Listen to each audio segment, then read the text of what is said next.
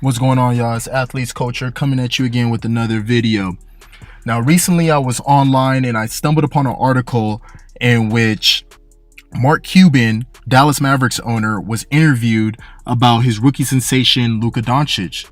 Now, Luka's been having a great rookie campaign thus far, and the media has really been pushing for him to win Rookie of the Year. In the article, Mark Cuban goes on to heap a lot of praise on Luka, as well as slight American basketball culture and American basketball players. The interviewer asked Mark Cuban, how important is it that he, being Luka Doncic, has had top basketball experience outside the NBA? Cuban responds by saying, it is important because you are used to people being older than you, but I think he just learned how to play basketball, and that's the biggest gift. When you are gifted as he is, and you actually learn to play the game, if you look at basketball education of kids starting at 11 years old in Europe and basketball, and particularly Slovenia, which is basketball oriented, if we took our best kids in 7 years before they are McDonald's All-Americans, we sent them over to Slovenia to get an education, the league would be 1,000 times better. They just learn how to play basketball, while ours learn how to taunt and put together mixtapes. Now, this is a clear as day attack on American hoops culture. And everybody knows that American basketball culture is dominated by African Americans.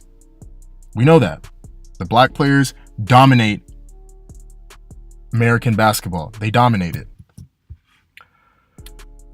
And this is, Mark Cuban is not the only one to have these views. All right. Many NBA executives share these views. But here's a twist in things. This isn't completely 100% racial.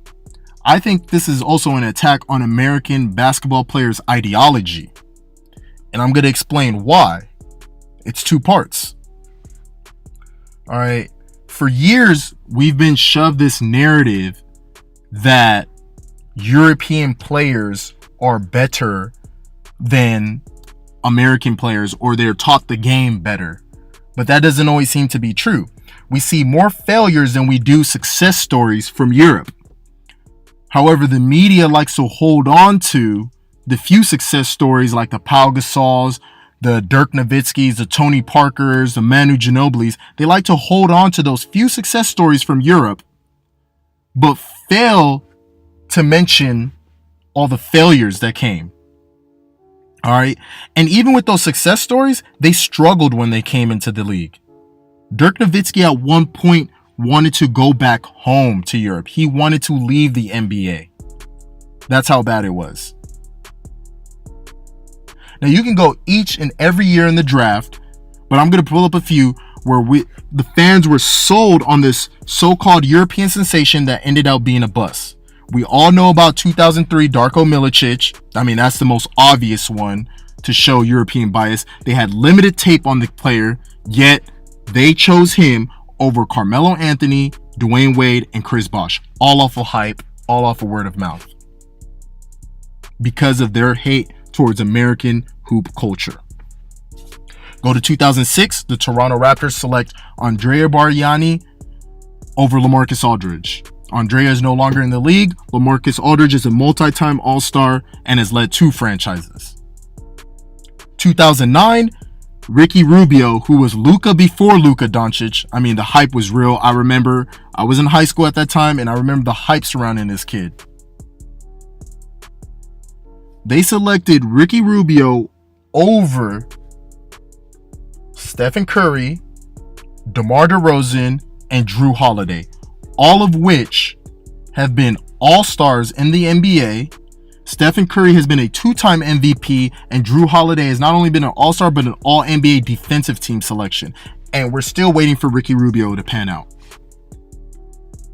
And the funny thing about it is that DeMar DeRozan and Ricky Rubio, as well as Drew Holiday, they're all the same age. DeMar DeRozan and Drew Holiday came up through the American system. They came up through the grassroots game here in the United States and have all had a better career than Ricky Rubio. 2 years later, 2011, Toronto again selects Jonas Valanciunas over Kemba Walker and Kawhi Leonard. And the irony of this all is Kawhi Leonard is a guy that they are begging to keep in Toronto, begging to have stay, which I hope he doesn't stay to teach Toronto their lesson. They are begging Kawhi Leonard to stay in Toronto, yet they chose Jonas Valanciunas over him in the 2011 NBA draft. Why? Because of this European bias that European players are somewhat better. 2014. Again, we get this hype coming overseas, this international hype. Dante Exum, supposed to be this and that. Yet the kid struggles to shoot and dribble. Utah selects him over Zach LaVine. Zach LaVine now is averaging close to 25 points per game and is the franchise player for the Chicago Bulls. And those who know hoops knew this was going to happen. Zach LaVine, he comes from a very strong background, hard-working player, works on his game. Same thing with Kawhi Leonard, which is why this stigma that American players don't work on their game, they're not fundamentally sound, is just a false narrative. It's just crazy. It's a lie. Just mentioned 2 players, and there are many more. Just 2 that come to mind. Kawhi Leonard, one of the best players in the NBA. Arguably top 3. And you're telling me they don't work hard? Who works harder than those guys? 2015, Mario Hezonja was supposed to break the stigma that European players are not athletic. Blah, blah, blah, blah, blah. Yet the kid struggles to shoot. And Orlando takes him over Devin Booker. Devin Booker at one point was the youngest player in the NBA. And if he was in the situation that Hezonja is in over at Orlando, he would have been an all-star by now. He would be an NBA all-star by now. Then we go to 2016, Dragan Bender. And this is my point where I say it's not all the way racial, but more so an attack on the American ideology of athletes. The ideology athletes have here. Dragan Bender was taken by the 4th pick by the Phoenix Suns, who he is no longer a part of. They cut him, their 4th pick. He was supposed to be the future of their franchise. They cut him. Selected him over Domantas Sabonis. Now, Domantas Sabonis, I'm going to explain why it's not racial. He's not black. He's the son of European legend and NBA legend Arvydas Sabonis. All right.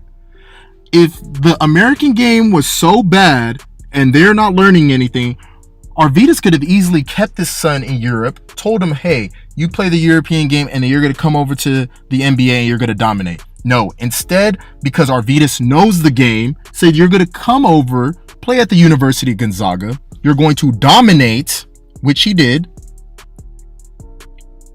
and make it in the NBA and do the same. Because why? America's where you find the best athletes, the best players. You're going to get well accustomed to the way they play here, and you're going to have a smooth transition into the NBA. And that is what's happened. Now our Sabonis is one of the best players on the Indiana Pacers, and he's leading his national team. All while leading his national team. One of the best players for the Indiana Pacers and leading his national team. The real reason why they attack the American game, the American hoops culture, is because of ideology. This is one part. One of the real reasons is because of ideology. They know, owners and NBA executives know that they can control the European player. They know over there in Europe, it's more so team first. Whereas here in the United States, it's an individualistic game, predicated on the accolades or the success of the individual player. Individuals know the power they wield here, which is why they always advocate, owners and execs always advocate for the European players, because they want to be able to control their players. They know they can't do that with the American player.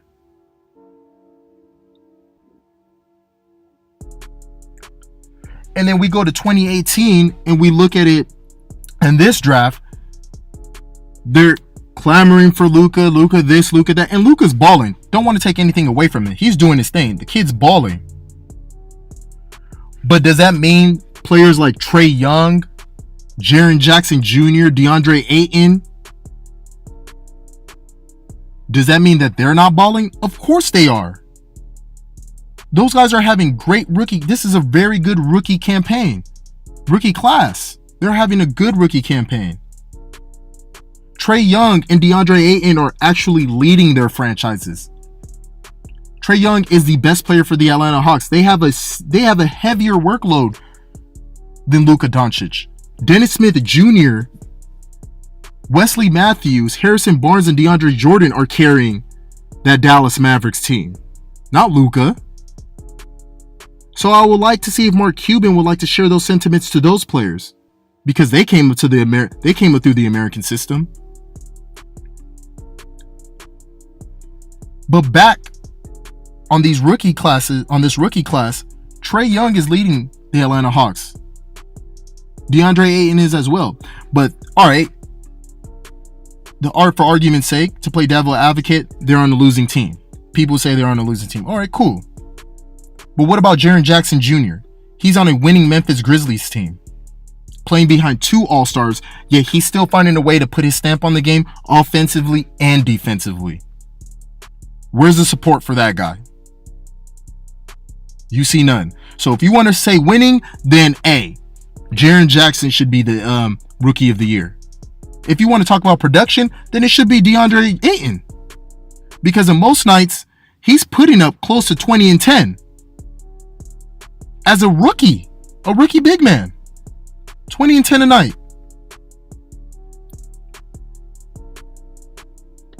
So I'm tired of this false narrative constantly pushing that, European players are better than American players. They're not. They are not. Everybody knows the best athletes in any sport are right here in the good old US of A. The United States has the best athletes. So NBA owners and executives, GMs, all those, everybody, we know you are slighting the culture. This is an attack at the culture, the American hoops culture. We know that. And you guys need to stop that. There's a lot of information out there these days that fans are not going to fall for that anymore.